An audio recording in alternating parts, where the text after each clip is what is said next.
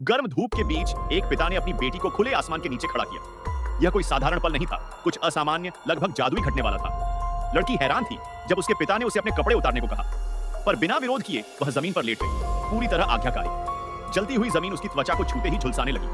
भीतर ही भीतर वह घबरा रही थी, लेकिन बाहर से शांत थी, जैसे किसी चमत्कार का इंतजार हो। उसकी आंखों में एक अजीब सी उम्मीद चमक रही थी और उसके माता पिता की नजरें भी रहस्य से भरी थी। कुछ ही सेकंडों में लड़की का शरीर धीरे धीरे निर्जलित होने लगा।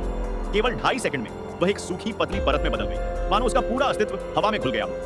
तभी पिता ने सावधानी से उसका निर्जलित शरीर उठाया, उसे अपनी पत्नी को सौंपते हुए कहा, चिंता मत करो, बस किसी जल स्रोत को ढूंढ लो। अगर हम इसे पानी में रख दें तो वह फिर से जीवित हो सकती है। मां तुरंत पास की एक साफ नदी तक पहुंची और बेटी की सूखी त्वचा को उसमें डुबो दिया। और तभी एक चमत्कारी दृश्य घटा। सूखी त्वचा ने अचानक फैलना शुरू किया। कुछ ही पल में वह त्वचा चमकदार और जीवंत हुई और मां के सामने फिर से एक जानी पहचानी आकृति उभर आई, उनकी बेटी। दोनों खुशी से भर उठे, लेकिन तभी मौसम ने अचानक करवट ली।